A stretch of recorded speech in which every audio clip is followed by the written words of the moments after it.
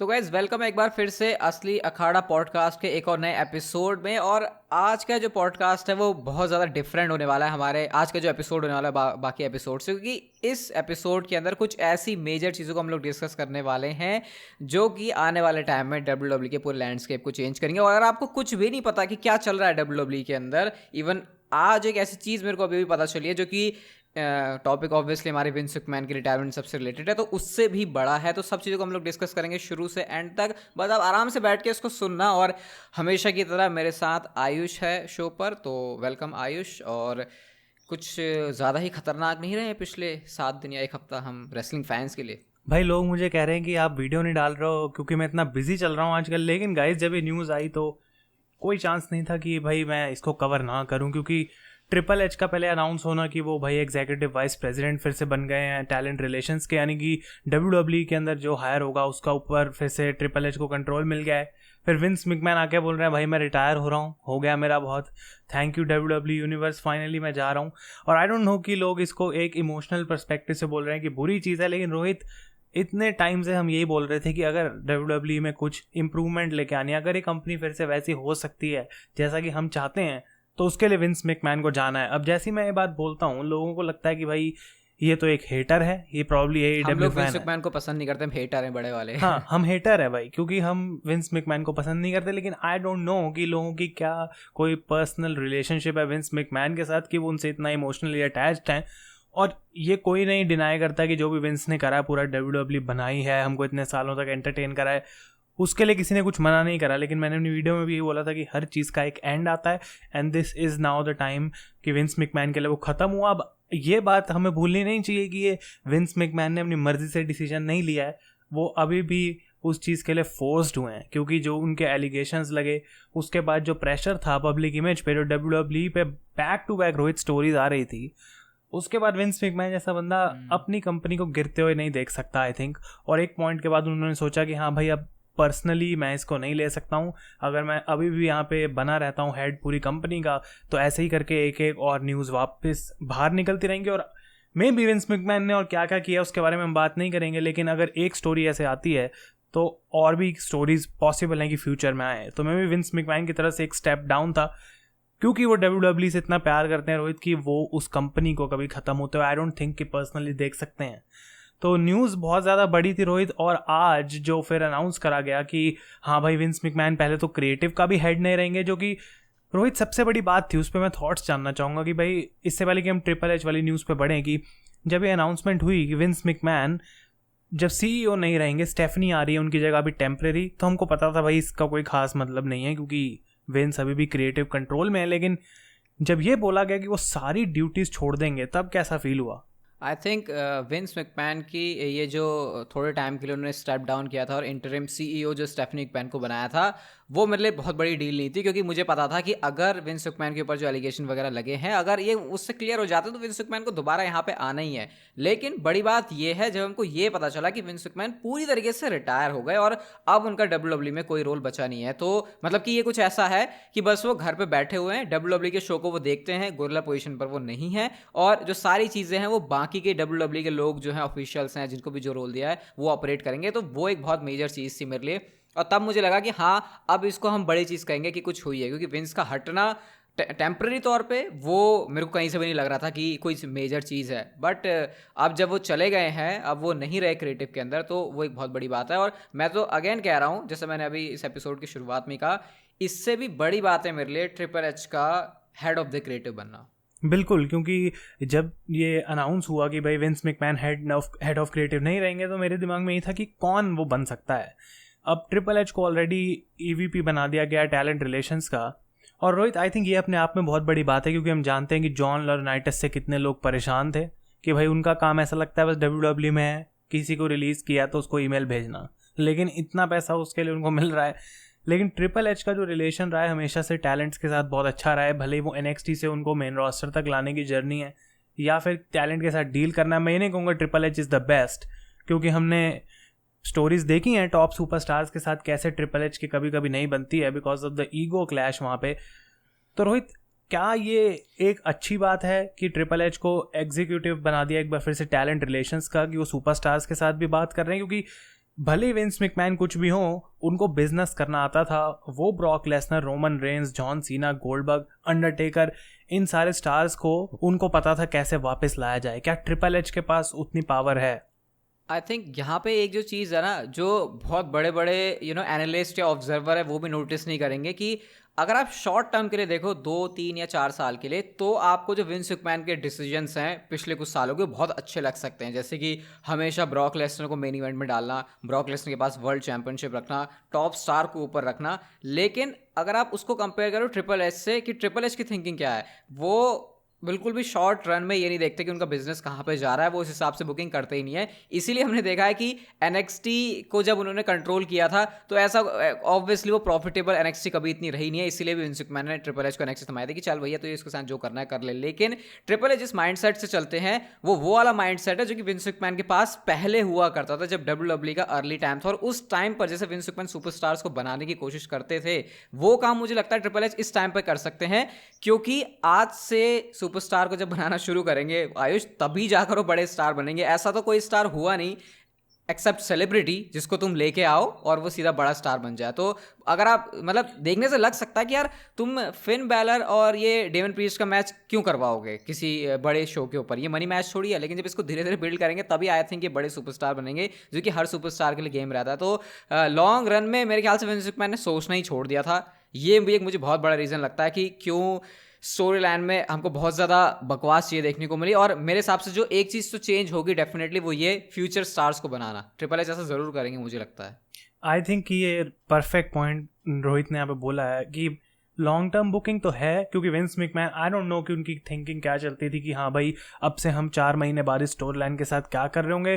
Clearly ऐसा लगता था कि भाई उसके बारे में ज़्यादा नहीं सोचा जा रहा है। लेकिन सबसे इंपॉर्टेंट पॉइंट यहाँ पे रोहित यही है कि डिपेंडेंट होना ऐसे स्टार्स पे जो तुम्हें पता है कि गारंटी भाई हमारा शो बढ़िया ही करेंगे। रोमन रेंस, ब्रॉक लेसनर, ये सारे लोग ऑब्वियसली अगर किसी मैच में है या स्टोरी लाइन में लोग उनको देखेंगे, ये टॉप स्टार्स इसी वजह से हैं कंपनी के। लेकिन जब NXT स्टार्ट हुई थी तब कोई Adam Cole, Tommaso Ciampa, Johnny Gargano, इन सब लोगों को ज़्यादा जानता नहीं था। लेकिन आज जो वो स्टार्स बन गए हैं और कंपनीज में जाके वर्ल्ड चैंपियंस बन रहे हैं, वो इसी वजह से है क्योंकि ट्रिपल एच ने इन स्टार्स को जो है रेसलिंग फैंस से रिलेट करवा पाए, वो उनको स्टोरी लाइन्स दी, उनको कैरेक्टर्स दिए। एंड आई थिंक ये सबसे बढ़िया बात है रोहित। अगर हम आगे के लिए एक्साइटेड होना चाहते हैं तो आई थिंक वो सही टाइम आ गया। और इसी वजह से ट्रिपल एच को सिर्फ यहाँ पे क्रिएटिव का रोल और एग्जीक्यूटिव टैलेंट का रोल दिया जा रहा है। प्रेसिडेंट उसका बनाया जा रहा है, वाइस प्रेसिडेंट, और CEO नहीं बनाया गया। अच्छा, एक मेरा सवाल होगा तेरे से। चल वो टैलेंट रिलेशन में भी आ गए, अब वो क्रिएटिव में भी आ गए, ये तो हम फैंस के हिसाब से सोच रहे हैं कि हमको प्रोडक्ट पे क्या देखने को मिलेगा। लेकिन अगर हम थोड़ा सा सुपरस्टार्स के पर्सपेक्टिव से देखें तो तेरे हिसाब से क्या डिफरेंस होगा जब वो देखेंगे कि हेड ऑफ द क्रिएटिव पहले विंस थे और अब ट्रिपल एच है? आई थिंक कि बहुत सारे सुपरस्टार, मतलब मैं मेजॉरिटी बात कर रहा हूँ, हो सकता है कि हमने सुना ब्रॉक लेसनर का क्या रिएक्शन था, भाई विंस नहीं है तो मैं भी नहीं हूँ। और उसका रीज़न हमको लगता है कि यार ब्रॉक को क्या फ़र्क पड़ता है अगर विंस नहीं है। लेकिन Vince McMahon can give everything जो ब्रॉक लेसनर मांगते हैं। भाई मेरे कॉन्ट्रैक्ट में ये चीज़ें होनी चाहिए, मुझे ऐसा करना है, वो सारी फ्रीडम ब्रॉक के पास है। ट्रिपल एच से क्या ब्रॉक लेसनर ऑर्डर लेना भी चाहेंगे तो उस केस में हो सकता है कि हाँ भाई टॉप स्टार्स बोलें कि शिट शायद हमको अब उतना जो है लाइमलाइट नहीं मिलेगी, मेन स्टोरीज नहीं मिलेंगी।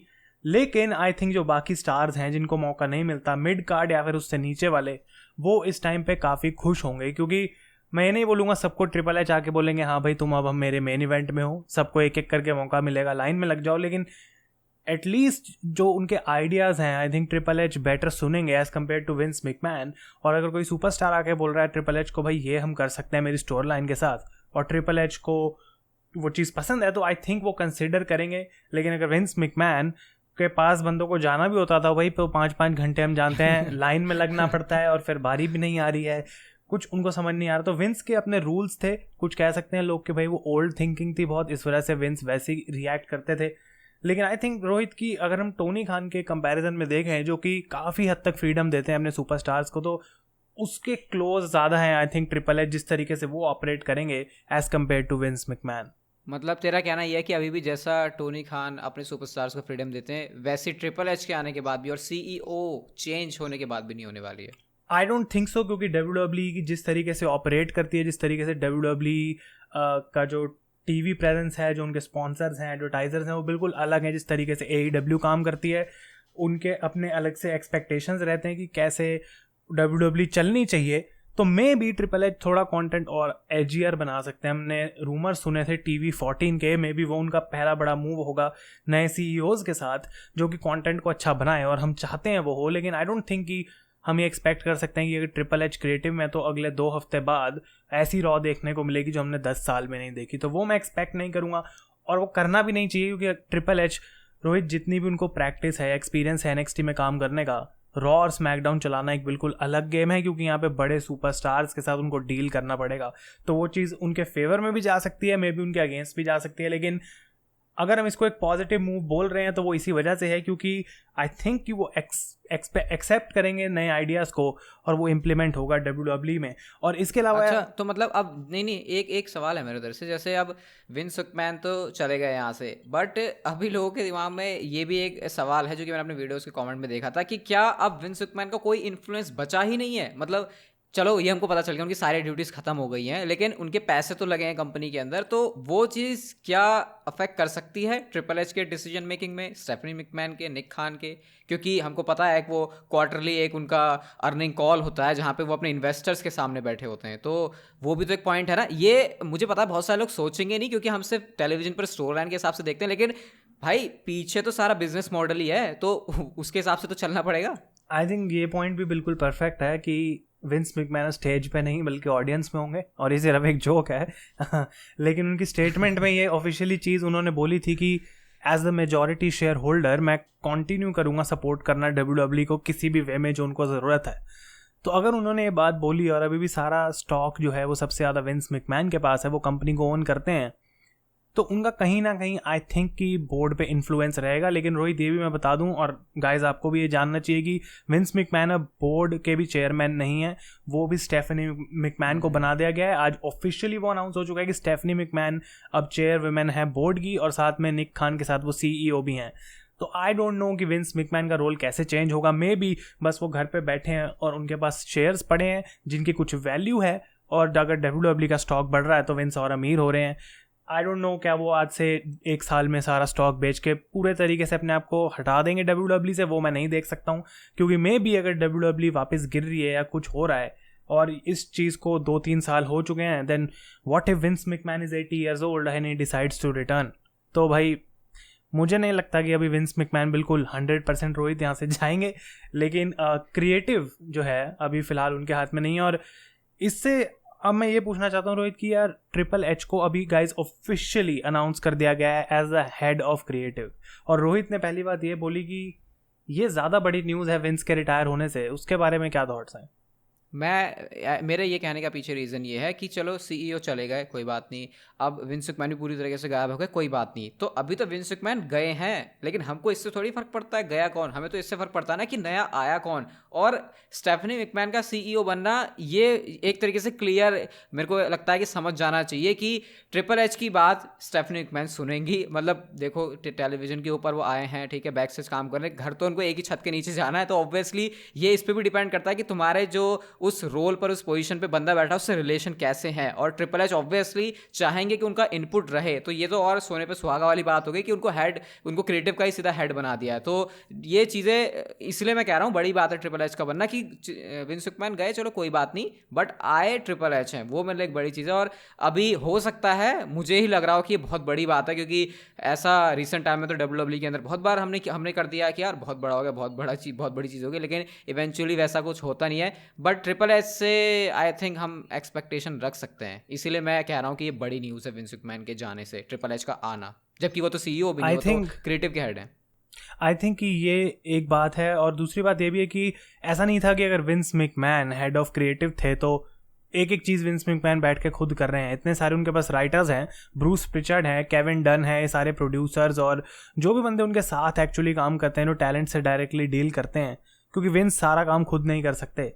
तो अब ट्रिपल एच को भी ऐसी अपनी एक टीम बनानी पड़ेगी। रोहित ऑलरेडी रूमर्स आ रहे हैं कि पॉल हेमन, एंड जब भी पॉल हेमन का नाम आता है कि भाई पॉल हेमन किसी तरीके से क्रिएटिव में इन्वॉल्व होंगे, लोग वैसे ही यहाँ पे तालियां बजानी शुरू कर देते हैं कि पॉल हेमन कुछ अलग कर सकते हैं, उनका क्रिएटिव माइंड है। आई थिंक अगर NXT से शॉन माइकल्स को ट्रिपल एच बुला लें, और काइंड ऑफ ऐसी टीम अपने अराउंड बनाए जिस पे उनको कॉन्फिडेंस है, तो डेफिनेटली जो स्टोरी लाइन है वो बेटर हो सकती है. अब आई डोंट नो कि ट्रिपल एच के क्रिएटिव से क्या रॉ की रेटिंग और गिर जाएगी, क्या लोगों को वो कंटेंट अब पसंद नहीं आता है. क्योंकि हमको ये बात नहीं भूलनी चाहिए कि भले ही एक नया बंदा क्रिएटिव कंट्रोल में आ गया है, हो सकता है पुराने फैंस जो WWE नहीं देखते थे वो शायद वापस आ जाएं, लेकिन जो करंट फैंस है रोहित, जो इतने टाइम से इंजॉय कर रहे हैं काइंड ऑफ इस प्रोडक्ट को, तभी रॉ और स्मैकडाउन की रेटिंग इतनी स्टेबल है, उन फैंस का क्या वो फैंस एट रिस्क हैं क्योंकि शायद उनको वो पसंद आ रहा है जो अभी चल रहा है.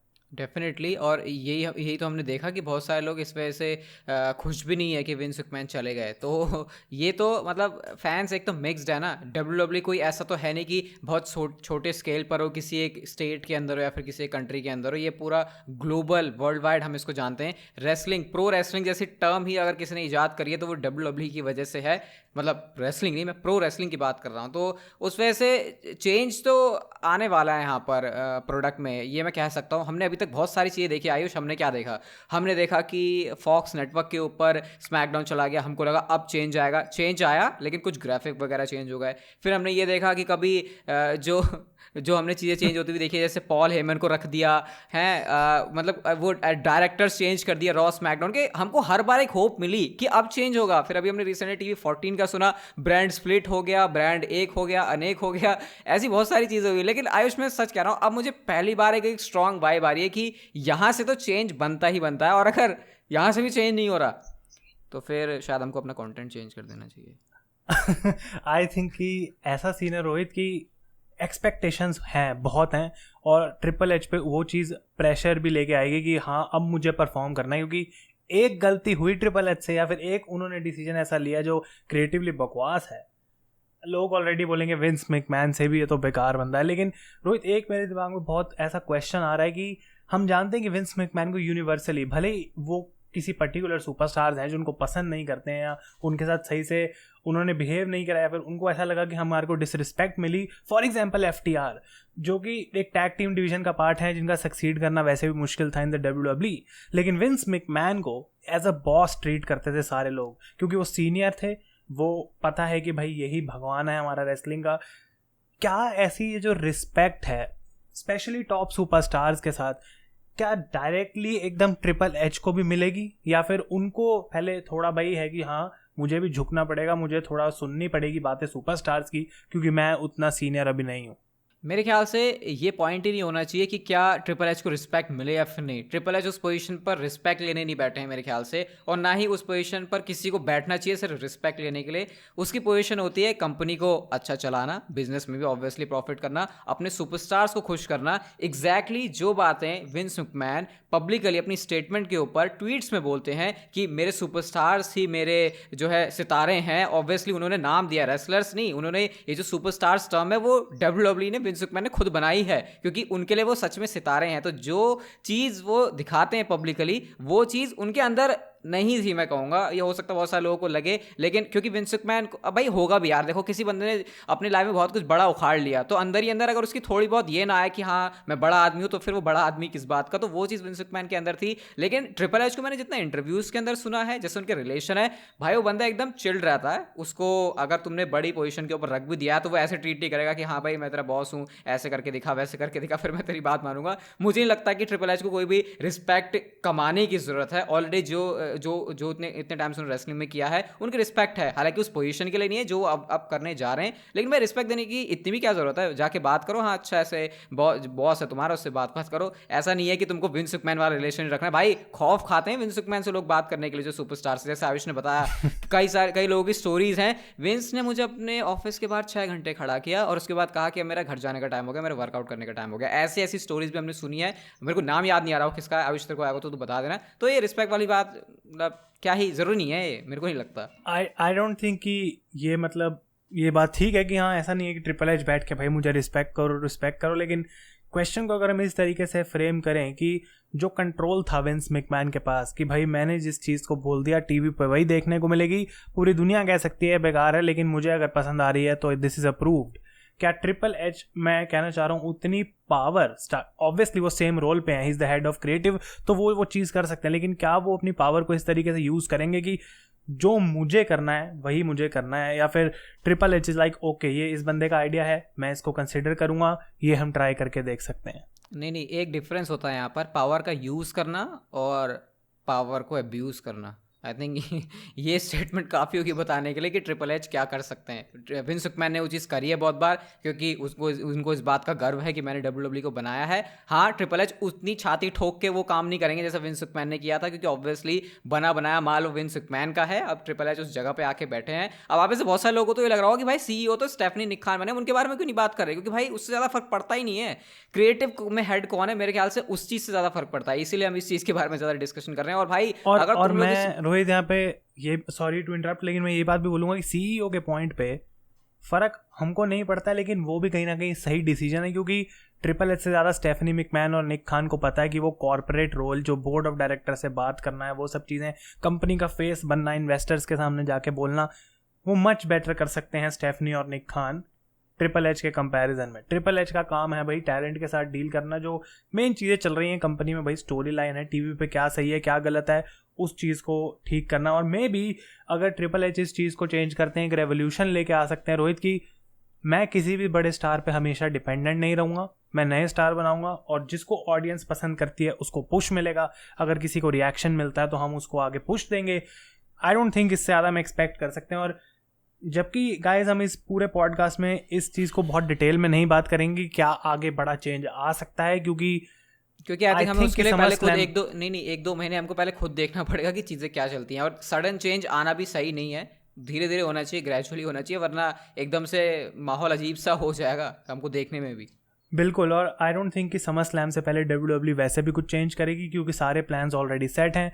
ब्रॉक लेसनर का हमने देखा क्या सीन बना, किसी तरीके से वो वापस लेके आए हैं लेसनर को, the match is still on, जो कि एक अच्छी बात है मेरे हिसाब से, क्योंकि अगर एंड मोमेंट पे वो चेंज करके कोई रैंडम मैच किया जाता, स्पेशली गोल्डबर्ग के साथ, तो आई नो रोहित की वो कैसा रिएक्शन रहता। लेकिन तब भी जो लास्ट पॉइंट जो मैं छेड़ना चाहूँगा वो ये है कि फैंस को इस चीज़ के लिए रोहित कितना एक्साइटेड होना चाहिए, और अगर क्या ऐसा है देख के लग रहा है कि ये this is the turn around, क्योंकि मैं बहुत जगह पढ़ रहा हूँ WWE के ट्विटर हैंडल के नीचे लोग आके लिख रहे हैं भाई अब टाइम आ गया फिर से इस कंपनी को फॉलो करने का। मेरे ख्याल से तो डेफिनेटली ये वो मोमेंट है। अब WWE देखते हुए भी हमको 15-17 साल हो गए हैं, लेकिन अकल जब से आई है तब भी इसे देखते हुए कि हाँ स्टोरी लाइन ऐसे होती है, उसको भी अराउंड 10 से ज़्यादा का टाइम हो गया है। तो मेरे ख्याल से ये वो मोमेंट है, और अगर इस मोमेंट पे नहीं होता जैसे मैंने कहा चेंज, तो फिर पता ही है, फिर यहाँ से फिर गाड़ी नहीं चलने वाली यहाँ से आगे, क्योंकि आने वाले टाइम में कंपटीशन और ज़्यादा उनको मिलेगा AEW की तरफ से। बहुत सारे लोगों को लगता है कि AEW कुछ नहीं है, बट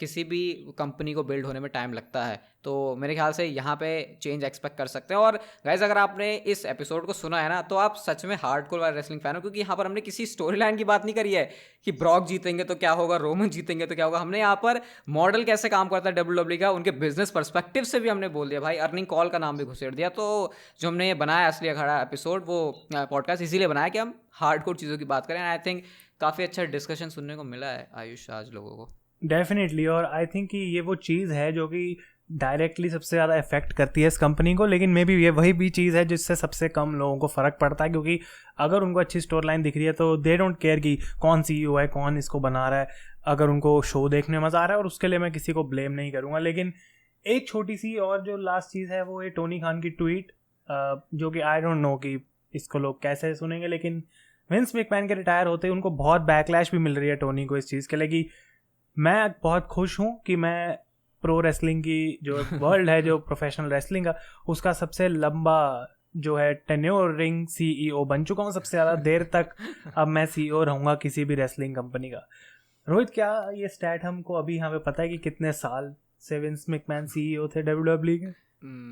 80-85 ऐसा कोई टाइम होगा आई थिंक, उस टाइम से तो वो हैं। तो अगर टोनी खान की उम्र हो जाती है 40-50 साल और वो CEO ही रहने वाले हैं AEW के, तो फिर वो चीज़ हो सकती है। बट मैं इसको कह रहा हूँ, इसको ऐसे सीरियसली लेने की ज़रूरत नहीं भाई। टोनी खान को फिरकी लेने की आदत है। जैसे हम में से नहीं होता कोई, हम हमारे बैच में कोई ऐसा बच्चा होता है, हमारे फ्रेंड्स में या फिर कलीग में, हाँ बचपन। बचपन में, बचपन वाला सीन। बट ये काम उनका बचपना होते हुए बहुत अच्छी एक गेम है, अटेंशन मिल जाती है भाई उनको, सबसे अच्छी बात वो है। और ऐसा नहीं है कि वो अटेंशन सीख करने के लिए ही मरे रहते हैं, बल्कि वो उस परफेक्ट मूवमेंट का वेट करते हैं, और वो काम उन्होंने इस बार किया है। बस यही है इसके बारे में। आई थिंक ये इसको हम कह सकते हैं, ये मौके पे चौके वाली बात है कि दूसरे का कुछ चल रहा है तो बहती गंगा में हाथ हम भी धोते हैं। चलो कोई बात नहीं, अभी विंस मैकमैन ये ट्रिपल एच वाला सीन बहुत हो गया, लेकिन आप टेंशन ना लो, वीडियोस तो आयुष के चैनल पर, मेरे चैनल पे भी आते रहेंगे, लेकिन ये जो एपिसोड्स हैं वो भी आएंगे। एक समर स्लैम से पहले आएगा और एक समर स्लैम की रेटिंग का आएगा। लेकिन आई होप आपने आज के इस एपिसोड को एंजॉय किया होगा। अगर आप हार्डकोर रेसलिंग फैन है तो मजा तो आया होगा। समर स्लैम से पहले तो हम प्लान करेंगे ब्रॉक लेसनर रोमन रेंज के बारे में बात होगी, तो उसके लिए स्टे ट्यून रहना एपिसोड से। बाकी तब तक के लिए खुश रहो, सलामत रहो, अच्छे रहो, and goodbye and take care.